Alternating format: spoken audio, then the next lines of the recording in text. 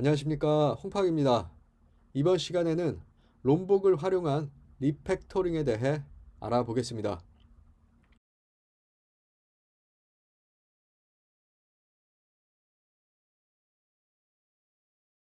우리는 이전 시간 폼 데이터를 DB에 저장해 봤습니다.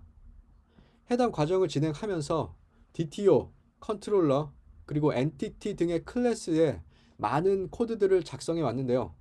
이번 시간에는 기존 코드들을 간소화하는 훈련을 해볼까 합니다. 이를 위한 도구, 롬복을 소개하도록 하죠. 롬복이란 코드를 간소화시켜주는 라이브러리입니다. 개발을 하다 보면 getter, setter, 생성자, toString 등등등 이런 필수 메소드들을 반드시 사용하기 마련인데요. 이를 매번 작성하는 게 생각보다 만만치 않습니다.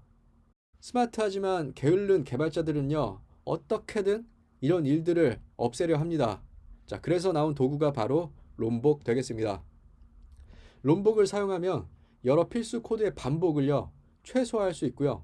로깅 기능을 통해 println 또한 개선, 즉 리팩토링 할 수 있습니다. 자, 여기서 리팩토링이란 코드의 구조 또는 성능을 개선하는 작업을 말하고요. 또 로깅은 프로그램의 수행 과정을 기록으로 남기는 겁니다. 자, 일종의 자동차 블랙박스 정도랄까요? 그럼 롬복을 통한 코드 리팩토링 함께 확인해 보도록 하죠. 코드 리팩토링 실습 진행하도록 하겠습니다. 자, 우리는 이전 시간까지 데이터 저장을 위해서 여러 코드들을 작성해 봤었죠. 자, 어떤 코드들인가요? 자, 컨트롤러 만들었었고요. DTO 만들었었고요. 엔티티도 만들고 리파지터리까지 이렇게 작성해 봤습니다. 자, 이번 실습에서는 롬복을 사용해서 늘어진 코드들을 간소화 및 println 메소드를 로깅으로 변환하도록 하죠. 자, 먼저 롬복을 설치하도록 하겠습니다. 자, 프로젝트를 딱 열면 build.grade 요 친구가 있어요. 코끼리 보이시나요? 여기에서 이제 롬복을 추가할 수 있습니다.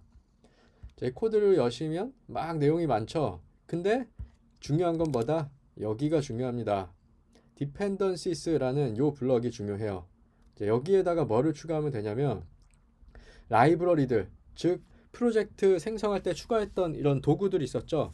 그 도구들이 여기에 적혀지는 겁니다.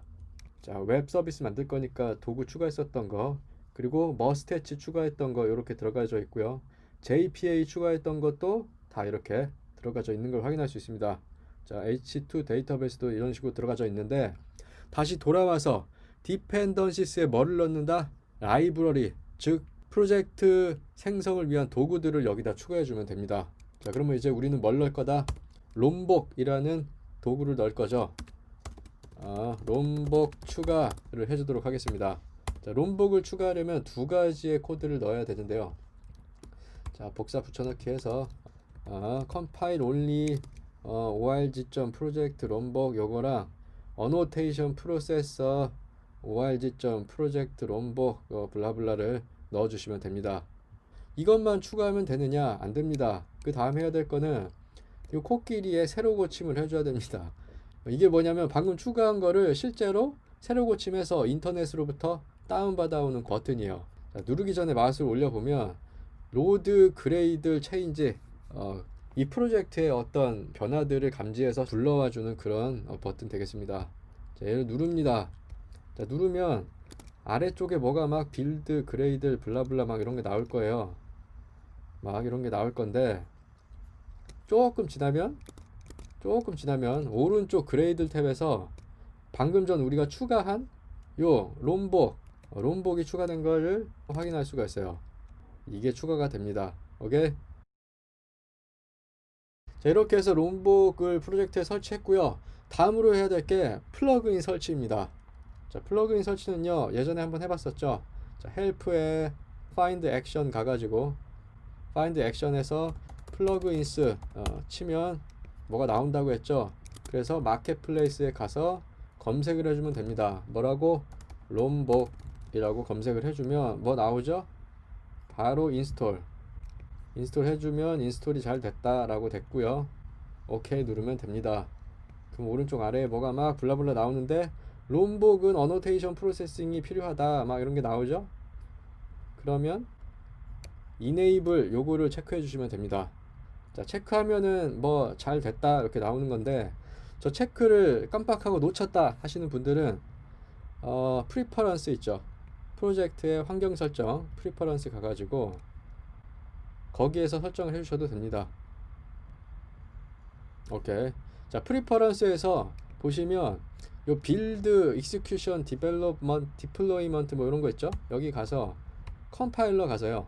컴파일러에서 어노테이션 프로세서스 요거 있거든요. 여기서 요거 체크해 주시면 돼요. Enable Annotation Processing. 오케이.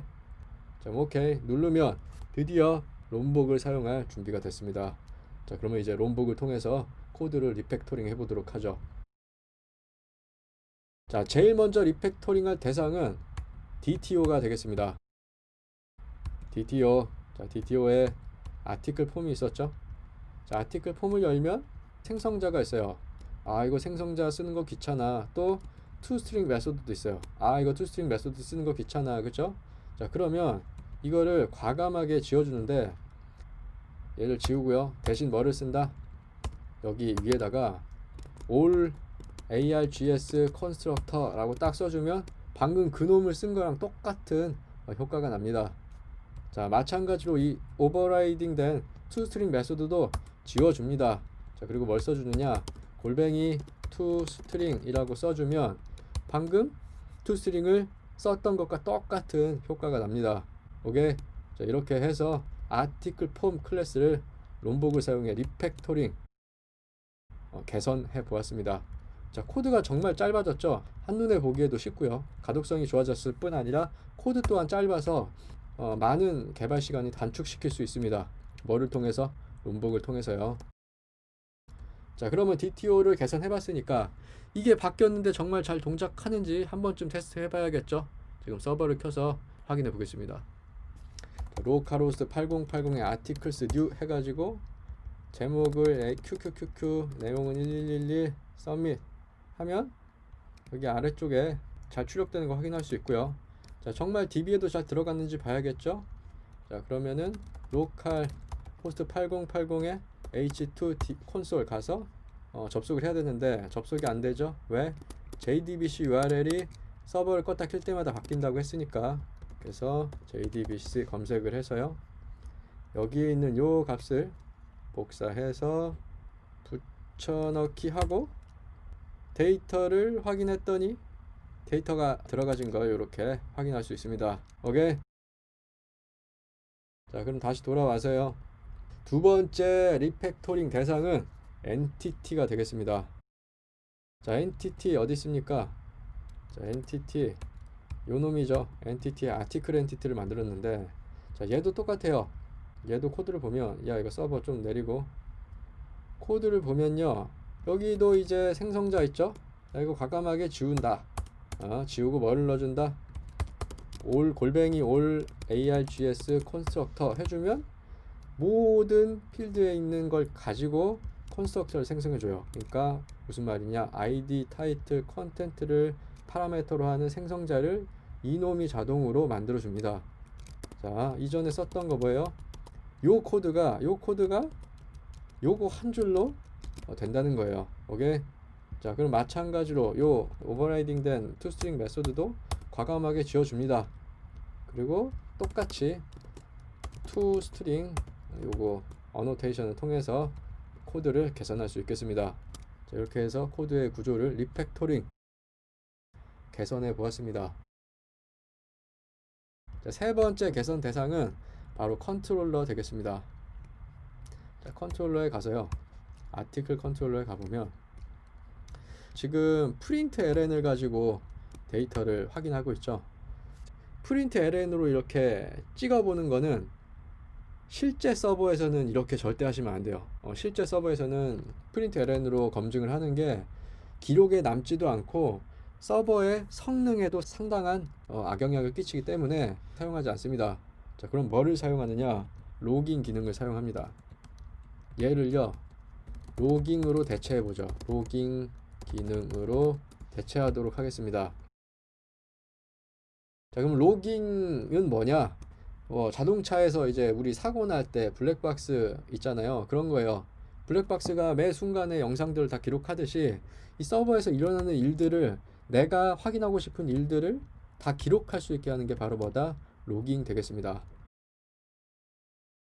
자, 그러면 로깅은 어떻게 쓰느냐? 자, 아티클 컨트롤러에다가 여기에다가 골뱅이 slf4j, 자, 심플 로깅 파사드 4 자바, 뭐 이거의 약자인데 모르셔도 되고요. 얘가 뭐다? 로깅을 위한 골뱅이다. 골뱅이라는 건 이제 어노테이션 문법인데요. 이거를 쓰면 뭘 할 수 있다? 자, 로깅을 할 수 있습니다. 어떻게? 요렇게 로그.info 해가지고요. 여기다가 우리가 출력하기 원하는 폼을 얘를요 복사해서 넣어줄 수가 있어요. 자, 그러면 마찬가지로 얘도 바꿔줄 수 있겠죠. 어떻게? 로그.info 해가지고 여기다가 아티클의 toString을 또 찍어볼 수 있을 겁니다. 그러면 얘도 println을 쓰는 게 아니라 로그.info 해가지고 여기서 saved.toString을 호출하는 방식으로 코드를 개선할 수 있겠습니다. 자, 정말 잘 되는지 다시 한번 서버를 재실행해 보도록 하죠. 자, 이때 주의해야 될 거. 자, 지금 서버를 실행했거든요. 자, 이런 문제들 자주 이렇게 질문이 오셔서 일부러 문제를 발생시켜 보겠습니다. 자, 지금 서버를 동작시켰더니 서버가 동작 안 하죠. 자, 왜 그러느냐? 지금 서버가 두 개가 실행이 돼 버렸어요. 지금 방금 실행한 게 이거고 이전에 실행하던 게 이건데, 지금 동시에 두 개의 서버를 실행시켰더니 문제가 생깁니다. 그래서 이런 경우에는 두 개가 실행된 건 아닌지 확인을 해줘야 돼요. 자, 그래서 얘를 꺼주고 기존에 있던 얘를 재실행해 주도록 할게요. 자, 재실행을 하고요. 브라우저로 가서 자, 새롭게 데이터를 AAAA 11111 전송해 보겠습니다. 자, 전송했더니 데이터가 어디에 찍혔냐? 자, 데이터가 로그 기능을 통해서 찍히게 돼요. 자, 여기 보시면 자, 컨트롤러 아티클 컨트롤러에서 요런 데이터가 찍혔다. 아티클 컨트롤러에서 이런 게 찍혔다. 이렇게 나오는 걸 확인할 수 있어요. 프린트LN은 아까 이 뒷부분만 출력됐던 반면에 로깅으로 찍으면 뭐 다양한 정보들이 추가로 기본적으로 이렇게 작성이 되게 됩니다. 앞쪽에 보면 몇 시 몇 분 몇 초 막 이런 내용도 있어요. 아무튼 롬복을 가지고 리팩토링을 할 수 있더라. 근데 리팩토링으로 이제 코드를 압축시킬 수도 있고 출력하는 기능을 로그 시스템으로 간단하게 바꿀 수도 있더라 정도로 정리하면 되겠습니다. 쉽죠?